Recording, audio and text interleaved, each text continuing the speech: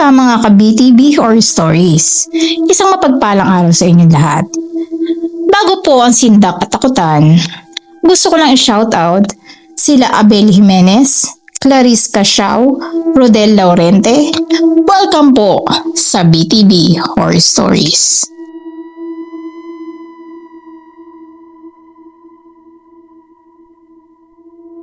Kamusta po Ate B at sa mga nakikinig ngayon? Ako po si Raymond. Isang mechanical engineer ako sa Dubai. 9 years na po ang nakalipas nang umuwi ako sa Pilipinas. Napagkwentuhan po namin ito nung magkausap kami sa blow up ng kapatid ko. Napag-usapan po namin na i-celebrate yung birthday niya, sakto naman sa buwan din ng pag-uwi ko noon. Nagsimula ang lahat nung hapon na. Pababa na kami mula sa peak. Biglang bumaba ang napakakapal na hamog, as in zero visibility. Sa isang iglap lang, nawala sa paningin namin ang trail at iba pang mga hikers. Ang masama pa, nagkaiba kami ng tinatahak na direksyon ni Justin. Justin, nasan ka? Sigaw ko noon habang hinahawakan ko ang mga naglalakihang baging. Kuya, nandito ako sa baba! Naririnig mo ba ako? Narinig ko ang sagot niya sa malayo. Mabilis akong bumaba sa matarik na dalisdis. Nakakadulas po ang basan lupa noon. Nang magkita po kaming dalawa ay agad kaming nagyakapan. Ate sanay po kami sa gubat. Pero sa hindi ko maintindihan, nakaramdam ako ng takot that time. Habang naglalakad kami para maghanap ng patag na lugar, napatid si Justin. Nabitawan niya ang hawak niyang mabigat na flashlight. Gumulong ito pababa at pumasok sa ilalim ng isang malaking ugat ng puno. Teka lang kuya, kakapain ko lang.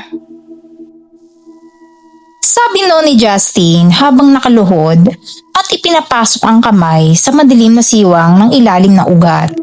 Medyo malayo po ako ng konti sa kanya at nakaabang lang ako sa likod niya. Flashlight lang po ng cellphone ang gamit ko noon.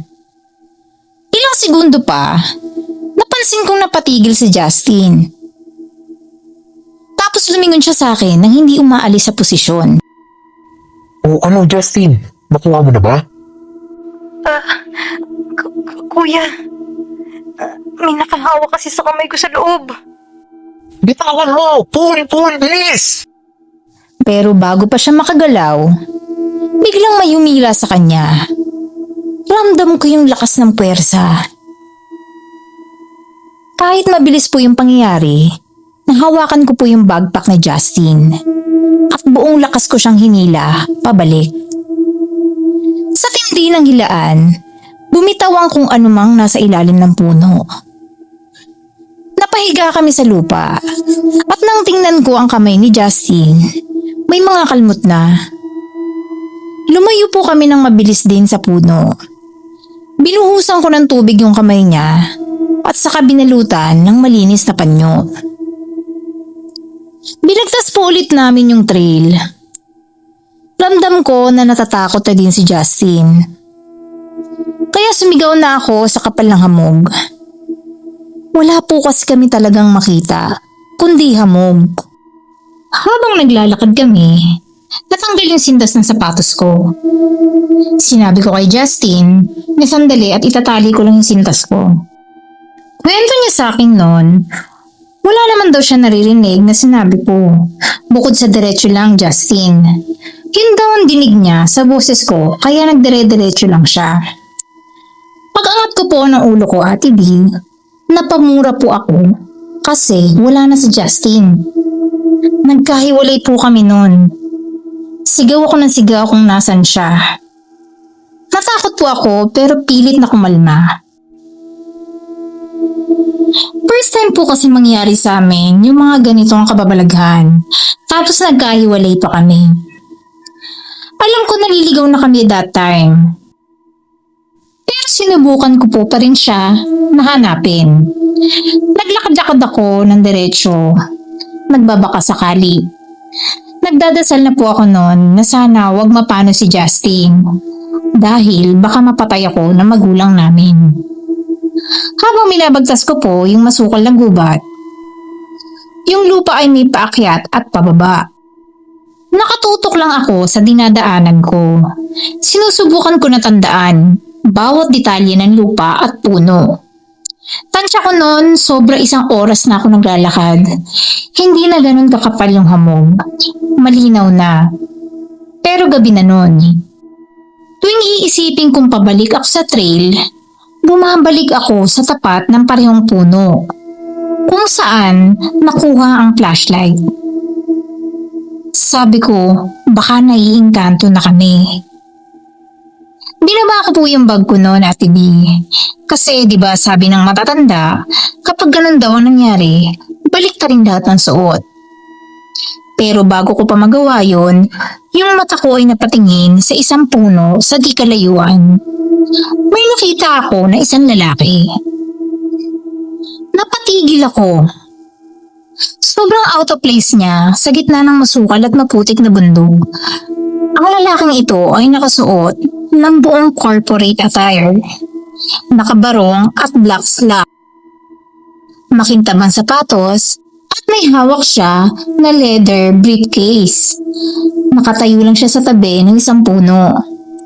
Diretso ang tindig. Hindi ko po maaninag yung mukha niya kasi nakakap siya. Yung tatak pa nga po ng cup niya Nike. Pang weird po pero sobrang desperado ko. Kinuha ko uli yung bag na inilapag ko. Tapos dahan-dahan akong lumapit sa kanya. Boss, baka alam niyo po yung daan pabalik. Binaba niya yung briefcase na hawak niya. Tapos tinanggal niya yung cup na Nike. Mura lang po ng malutong ang nasabi ko. Para po akong binuhusan ng malamig na tubig sa kilabot at takot. Nanigas po ako ng ilang segundo. Yung lalaki kasi, walang muka. Pero may bibig.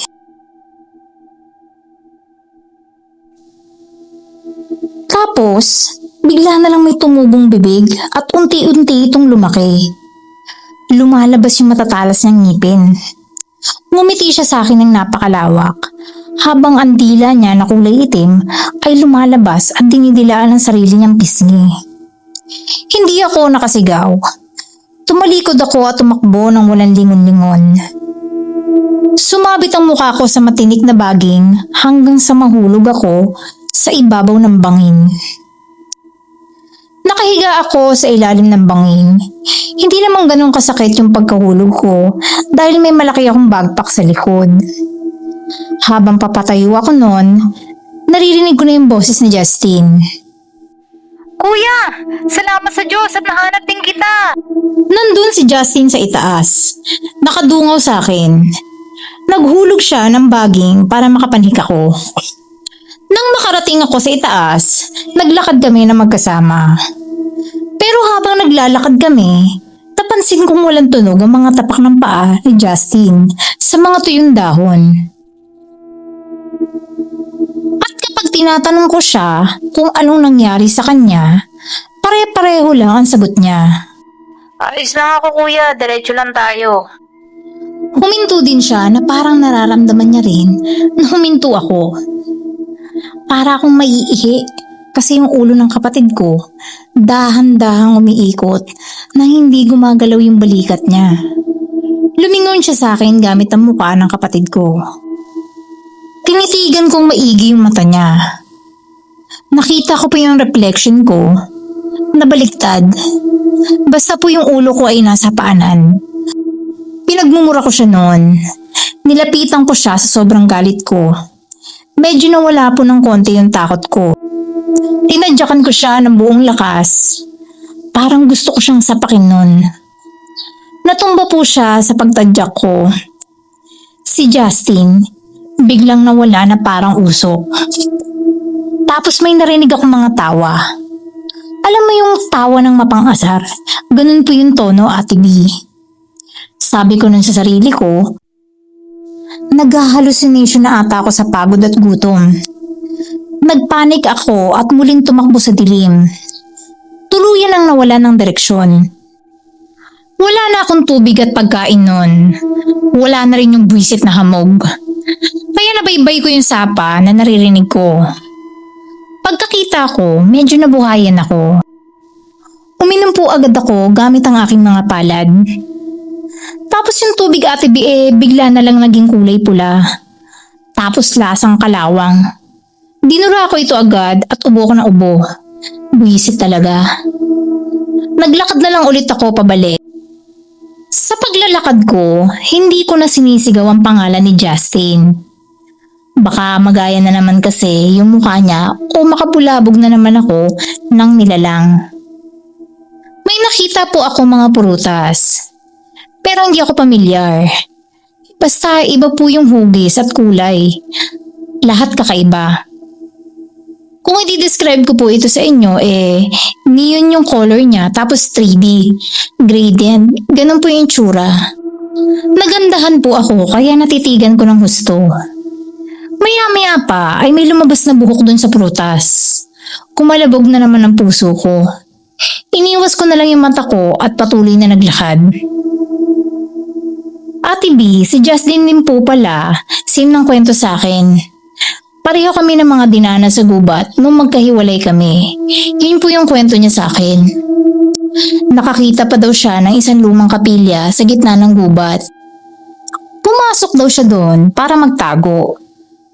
Pero nung nasa loob na siya, ang mga ribulto ng mga santo ay dahan-dahang humarap sa kanya at nagsimulang umiyak ng dugo. Tapos yung pintuan daw biglang nawala. Nagsisigaw daw siya na nakapikit sa takot. Nakulong daw siya doon ng ilang oras nang hindi niya alam. Balik po tayo sa POV ko Ate B. So may mga prutas na weird. Nagmamadali na po ako maglakad noon hanggat sa matisod ako sa isang tuyong ilog. Nabalian ako ng paa at sa pagbagsak ko, doon ko din nakita si Justin. Sabay po kami na bumagsak. Hindi naman po siya napilayan sa paa, kundi sa kamay naman. Doon kami totoong nagkatagpo ulit. Pareho kaming pagod, nangihina at maraming sugat sa katawan. Alam ko si Justin na yon, ang tunay kong kapatid. Umiiyak siya. Hindi kami nagsasalita pareho, pero inalalayan namin ang isa't isa at pilit na tumayo. Binaybay po namin ang ilog na yon. Hindi na kami umiba pa ng daan. Pababa sa daloy ng tuyong ilog, nakita kami ng mga local guides at rescue team na may mga dalang aso. Si Justin pala Ate B ay nakapagbaliktad ng damit noong time na magtagpo kami sa tuyong ilog. At ang hawak niya ay rosaryo. Nang madala kami sa ospital, doon lang namin nalaman ang totoong nangyari. Para sa amin ni Justin, isang gabi at isang araw lang kaming nawala sa gubat. 1 week po kaming walang kain at tubig, pero buhay pa kami. Sabi ng mga doktor, isang himala na hindi daw kami na-dehydrate o nagkaroon ng organ failure. Simula po noon Ate B, nawala na yung hilig namin sa hiking at camping. Pinagbawalan na rin po kami ng mga magulang namin. At yung birthday naman ni Justin ay kumakain na lang kami sa labas o nagluluto sa bahay si Mama habang naka-video call ako. Ganun na lang po kami mag-celebrate. At opo Ate B, nasa Dubai po pa rin ako until now. At bago niyo po ako subscriber, more power po sa inyong channel at sana nagustuhan niyo po ang aking kwento.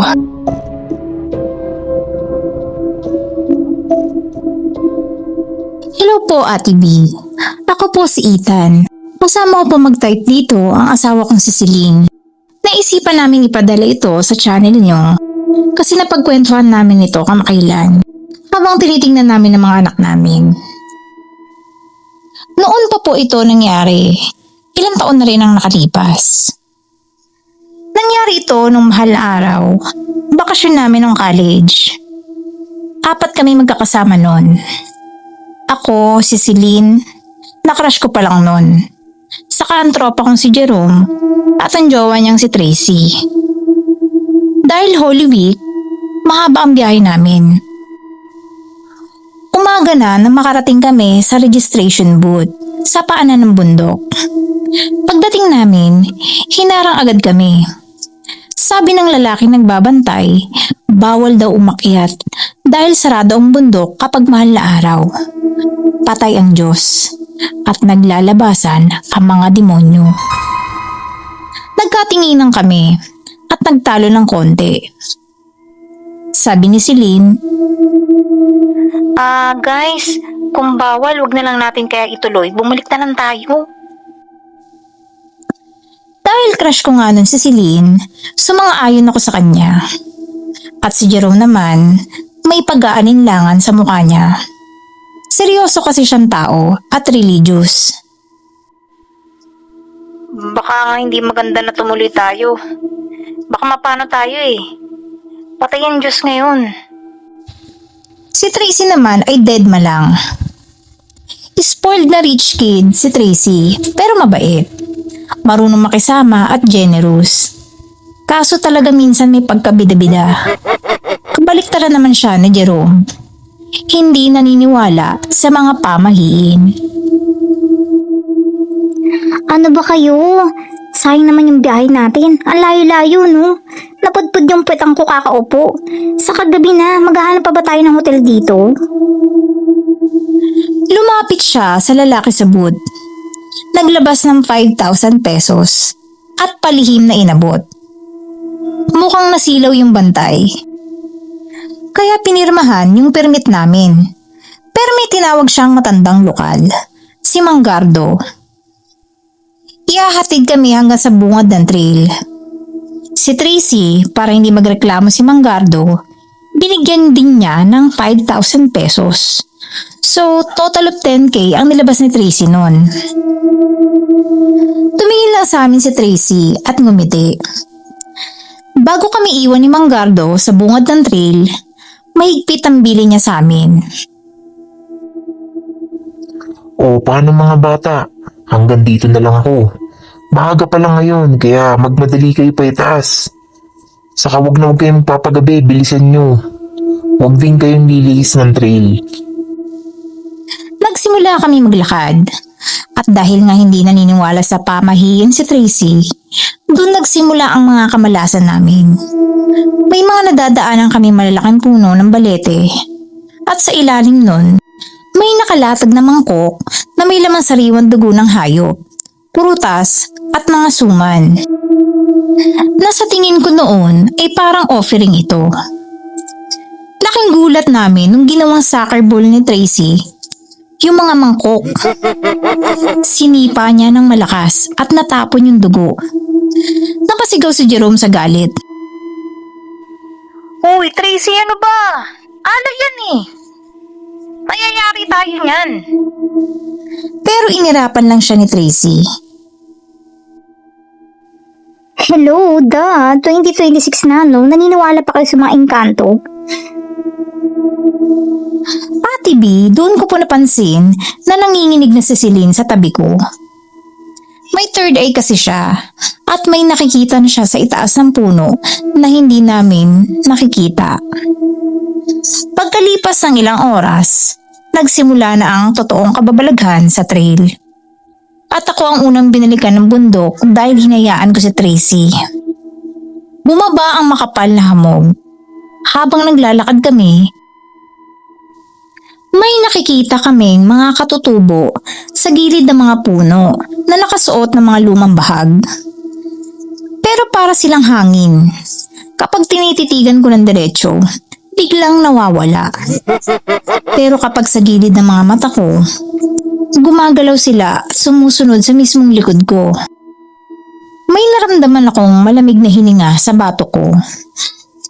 Maya-maya, sa gitna ng masukal na gubat, laking gulat namin na makakita kami ng isang community.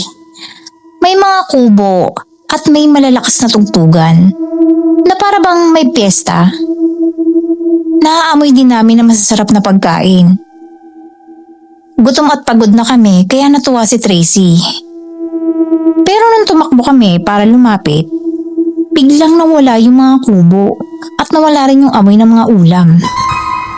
Ang natira na lang ay ang tunog at tawanan na para bang umiikot na lang sa loob ng mga tenga namin.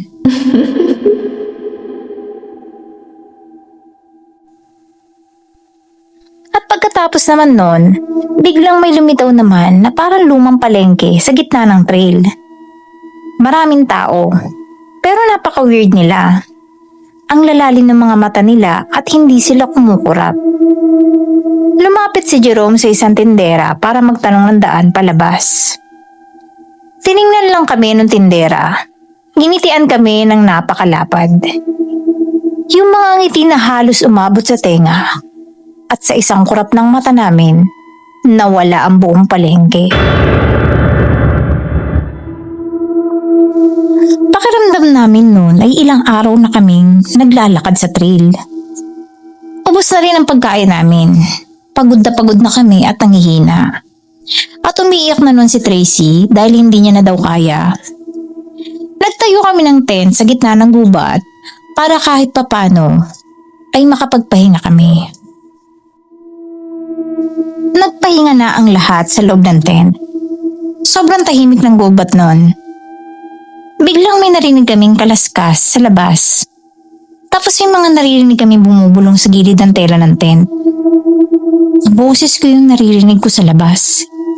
Tinatawag ko daw si Celine. Pero nandito lang naman ako sa loob ng tent, katabi si Celine. Habang si Tracy at si Jerome magkatabi sa kabilang sulok. Maya-maya, boses naman ni Celine ang narinig namin sa labas. Umiiyak at humihingi ng saklolo. Doon kami nalito at nagpanik. Teka, paano naging boses ng Celine yun? Nandito siya sa tabi ko.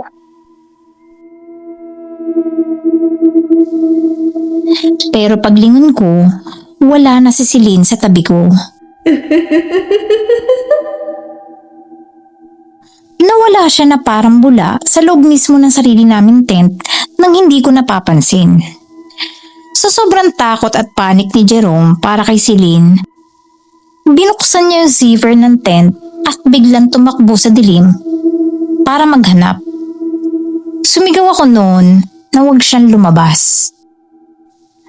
Dahil hindi ko pwedeng iwan si Tracy na nanginginig sa takot, pinilit kong lumabas din para habulin si Jerome. Pero paglabas ko sa tent, biglang umikit yung paningin ko. At ang buong paligid ko ay naging blanko. Ang huling naaalala ko lang, narinig ko ang boses ni Celine na sumisigaw at ang boses naman ni Jerome na parang nahihirapan. Kinabukasan, nagising na lang ako dahil may yumuyog-yog sa amin. Pagdilat ng mata ko, nakakasilaw ang liwanag ng araw. Laking gulat ko dahil nakahiga na pala kaming tatlo nila Celine at Tracy sa labas ng tent. Magkakatabi kami sa putikan. Akala ko nung gabi ay nagkahiwa-hiwalay kami sa kung saan sulok ng gubat. Pero ang totoo, pinaglaruan lang ang utak namin at magkakasama lang pala kaming nakahiga sa labas ng tent buong gabi habang tulala.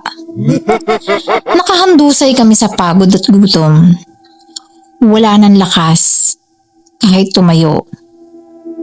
Nagdarasal na lang kami na sana makauwi na kami dahil wala na kaming makain at tanggap na namin na mamamatay na kami. Matapos ang ilang minuto namin pagdarasal, may narinig kaming mga yabag. Isang matandang lalaki na may hawak na tungkod ang lumapit sa amin. Nagpakilala siyang albularyo. Tiningnan niya kami na may halong gulat at tawa. Bakit kayo nandito? Anong ginagawa niyo sa lugar na to? Lolo, tulungan niyo po kami. 3 araw na kaming nawawala. Gusto na po namin umuwi. 5 araw na kayong hinahanap ng rescue team dito. At saka, nandito lang kayo sa tabi ng highway. Kanina pa kayo nadadaanan ng mga tao at mga sasakyan. Nung hinawakan ng albularyo ang mga noo namin at binasbasan ng langis, biglang nawala ang hamog. At laking gulat namin dahil 2 metro lang ang layo namin sa sementadong kalsada. May mga ambulansya at mga pulis sa di kalayuan na pabalik-balik. Pero hindi nila kami nakikita. Dahil nasa loob lang kami ng circle o dimension ng mga engkanto. Kung hindi dahil sa albularyo na nakakita sa amin sa kabilang mundo, hindi na kami makakalabas. Nakaligtas kami. Ako, si Tracy at si Celine. Kwento sa amin ni Celine nung gabing kami ay magkahiwa-hiwalay.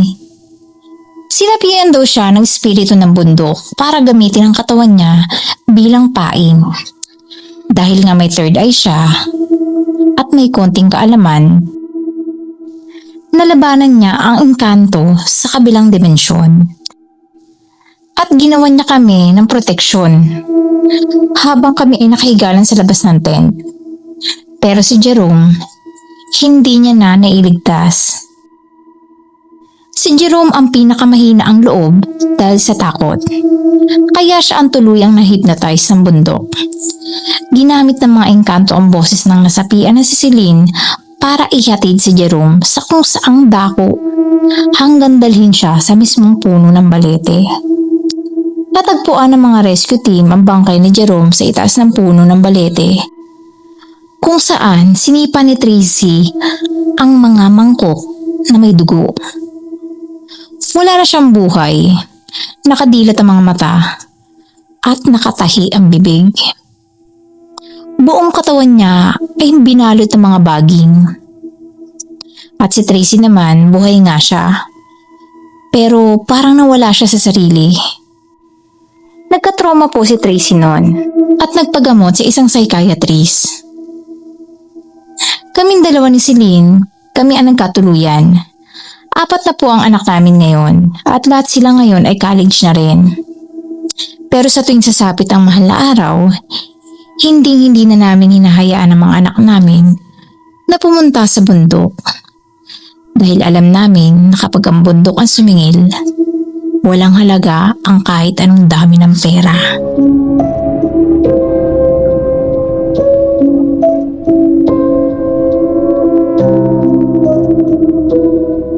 Kamusta po Ate B at sa mga nakikinig? Ako po si Kiko. Hindi ko po tunay na pangalan yan. Isa akong tattoo artist. O mas tamang sabihin na dating tattoo artist. Nagsimula po ang lahat nung summer.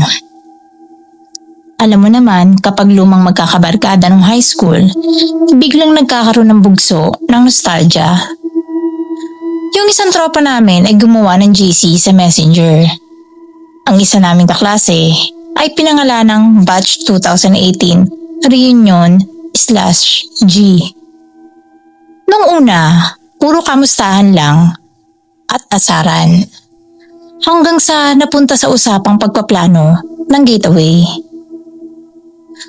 12 kaming active sa GC.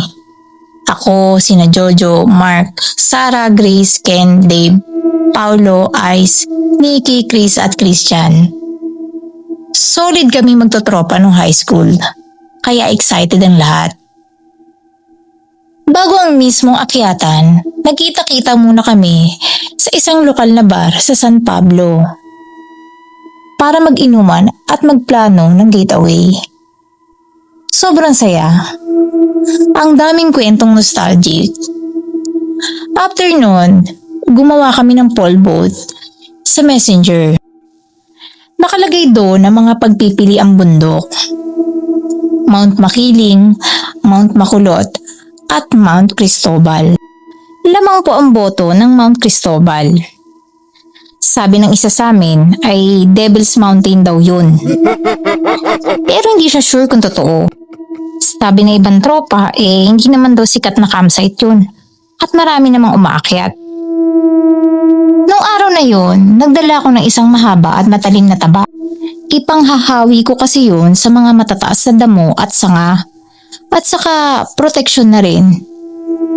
Pinagtawanan pa ako ng mga tropa nun.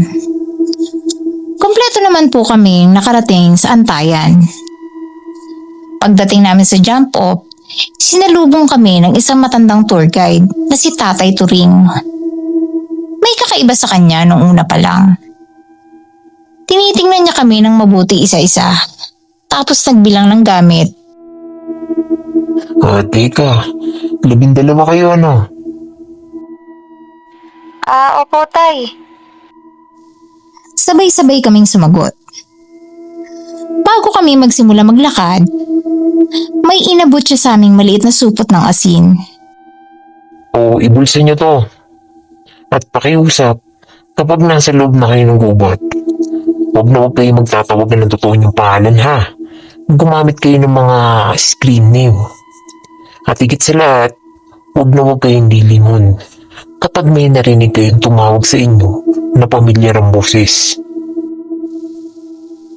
Nagtawanan ng mga tropa.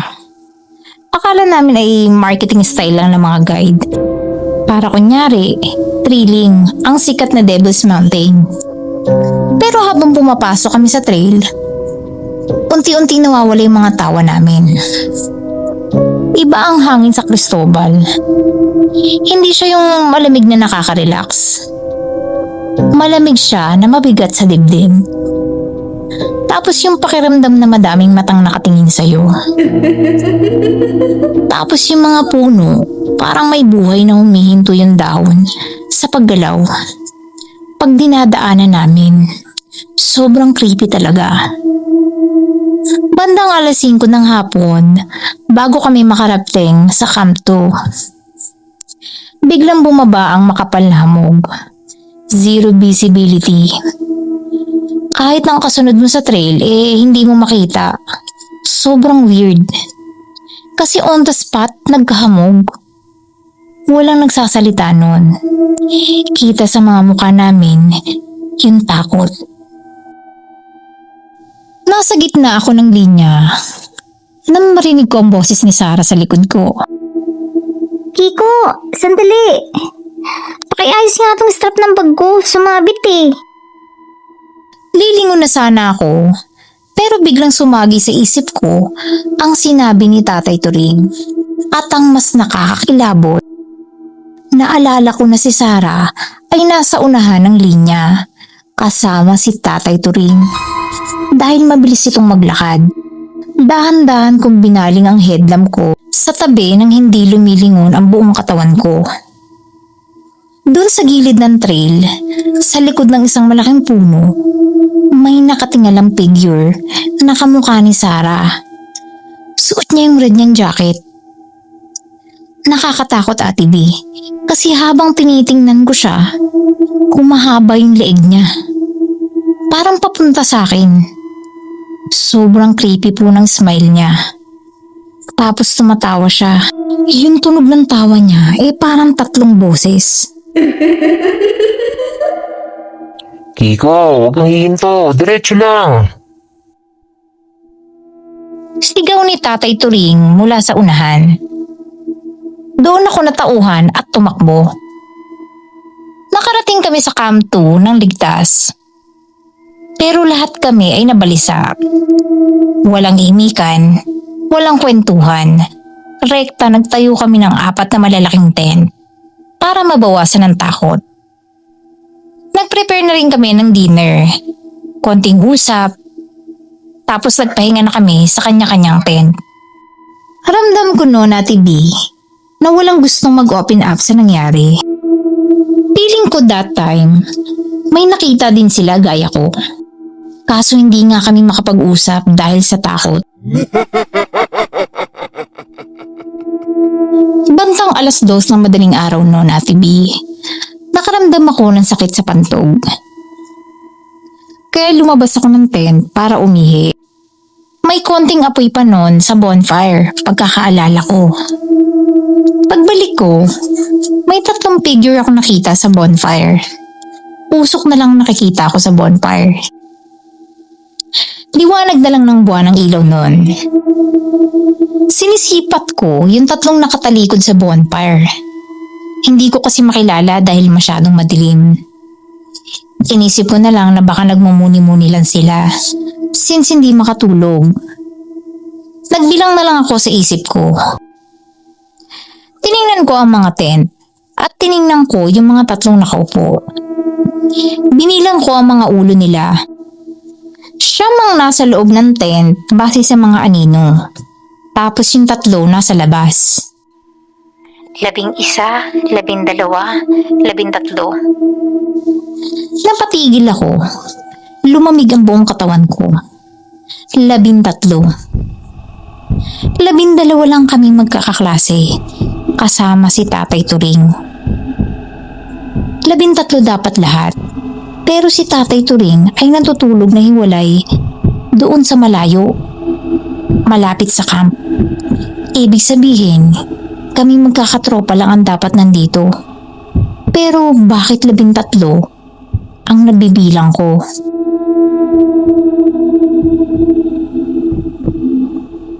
Lumapit ako ng konti. Iniisip ko na baka sina Mark at Jojo. Uy bro, bakit gising pa kayo? Hindi sila sumagot. Pero ang pangatlong tao na nasa gitna nila, yung isang figure na nakasuot ng black na hoodie na hindi ko matandaan na may ganun damit. Ang sino man sa amin. Dahan-dahan po siyang gumalaw. Nang tumama ng bahagya ang liwanag ng buwan, lumingon silang tatlo sabay-sabay. Yung para sa TV, yung gugulating ka. Sina Mark at Jojo ay walang muka. Nakilala ko lang po sila dahil sa mga suot nila. Sumigaw ako pagkakatanda ko, tapos nahilo.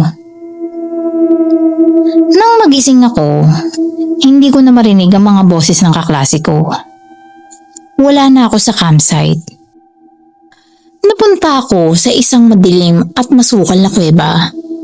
Sobrang baho, Ate B. Alam mo yung amoy nabubulok. Nakita ko yung backpack ko at yung mahaba kong tabak sa tabi. Takot na takot po ko nun. Naghahanap ako ng lalabasan. Sumigaw ako ng sumigaw. Umaasang may makakarinig sa akin. Pero wala akong nakitang tao. Unti-unti ko nang naramdaman yung hangin sa loob ng kuweba ay parang umiinit. May mga boses ako naririnig na hindi ko naman maintindihan. Maya-maya, napansin ko yung kamay ko. Nanginginig yung mga daliri at naninigas. Hindi ko po siya maigalaw. Nung una, akala ko ay dahil lang sa gutom o lamig. Pero nang ilawan ko to ng headlamp ko, nanindig ang buong balahibo ko. Yung mga ugat kasi sa kanang braso ko mula sa siko pababa sa mga daliri ay unti-unting nangingitim. At hindi sila basta nangingitim. Ate B, may gumagalaw po sa ilalim ng balat ko. Kiko, pahiram mo na ako ng kamay mo. Boses po ni Jojo yon. Naglingalinga ako pero wala naman tao. Napasigaw ako at pilit kong ipinagpag yung kamay ko. Pero lalong sumakit. Habang tumatagal, nawawala ang kontrol ko sa kanang kamay ko. Hindi ko na po ito magalaw. Para tong may sariling utak. Doon na lumala ang sitwasyon. Tuwing ipipikit ko yung mata ko para makaidlip, yung kanang kamay ko ay kusang gumagapang paakyat sa aking leeg. Nagising na lang ako na sinasakal ko ang sarili ko. Ang mga kuko ko ay bumabaon sa lalamunan ko. Habang ang sarili kong kamay ay pilit akong pinapatay. Para na akong mababaliw sa takot at puyat nun. At ang pinakamasama, nagsimula na akong makakita ng mga bagay na hindi ko alam kung totoo o hallucination ko na lang. So tuwing itatapat kong ilaw sa kanang kamay ko, hindi ko na kamay ang nakikita ko. Nakikita ko ang mukha ni Mark na nakadikit sa palad ko. Ang mga daliri ko ay naging matatalas na binti na mga gagamba. Tapos yung bawat pores ng balat ko sa braso, bumubuka na parang maliliit na bibig na bumubulong. Isang gabi, nakita kong kinuha ng kanang kamay ko yung dala kong tabak. Tinutok nito ang talim sa liig ko. Naramdaman ko ang puwersa ng braso ko na gustong gilitan ang sarili kong gilagid.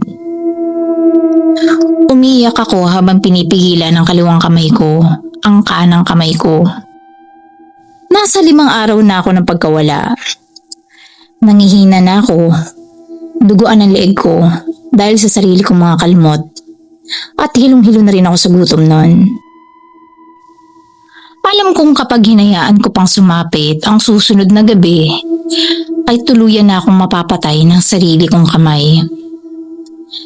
Kinuha ko ang dalang supot na asin na ibinigay sa akin ni Tatay Turing bago kami umakyat. Binuhos ko yung asin sa kanang braso ko. Pagkabuhos ko, nakarinig ako ng isang matining at nakakangilong tili. Hindi tili ng tao. Basta kakaibang tili, Ate B. Umuusok din ang braso ko noon. Nagsimulang mga muy sunog na buhok. Pilit akong sinusuntok at kinakalmot sa muka. Gamit ang kaliwang kamay ko, pinulot ko ang matalim na tabak. Itinapat ko ang talim sa aking mga siko. Umiiyak ako at nanginginig. Nag-aagaw ang takot at natitirang lakas ng aking loob. Pinikit ko ang mata ko noon. Huminga ng malalim. At saka tinaga ang sarili kong mga braso. Ramdam ko na bumao ng tabak sa laman at buto ko. Sobrang sakit. Hindi ko po maipaliwanag. Hindi ko kaagarang naputol yun, Ate B. Kailangan ko pang ilagari ang talim ng tabak sa natitirang litid at buto. Sumisigaw ako noon sa loob ng kuweba hanggang sa mawalan ako ng boses. Nang tuluyan ng humiwalay ang kanang kamay ko, nahulog ito sa lupa. Laking gulat ko noon nang maputol ko na yung kamay ko. Sa halip na mamatay at manatiling nakahiga yung kamay ko, ikusa pang gumapang palayo sa akin. Parang ipis na mabilis na tumakbo palabas. Nang matagpuan ako ng rescue team kinabukasan, himala raw na hindi ako namatay sa tindi ng pagdurugo ng aking kamay. Ginamit ko kasi yung natitirang tela ng damit ko para talian ng mahigpit ang siko ko para tumigil ang agos ng dugo bago ako mawala ng malay. Doon po sa ospital, nalaman ko ang mga nangyari. Hindi lang pala ako ang nawala nung gabing yun. Nung magkagulo raw, after ko sumigaw, nagpanik ang buong tropa. Nagtakbuhan sila sa dilim dahil sa takot. Kahit pinipigilan sila ni Tatay Turing. 12 kami magkakaklase. 5 lang ang nakababang buhay kasama si Tatay Turing. Sina Jojo, Mark, Sara at 3 pang iba ay natagpuan ng mga bangkay na magkakahiwalay sa bangin ng Cristobal. Matapos ang 3 araw, ang sabi ng autopsy, namatay daw sila dahil sa matinding pagkahulog at hypothermia. At ang creepy part, Ate B, lahat po sila ay nakangiti ng napakalawak. Sa ngayon, Ate B, okay naman po ako. Nakamubo na ako sa mga nangyari. Yun lang po, Ate B. Maraming salamat po.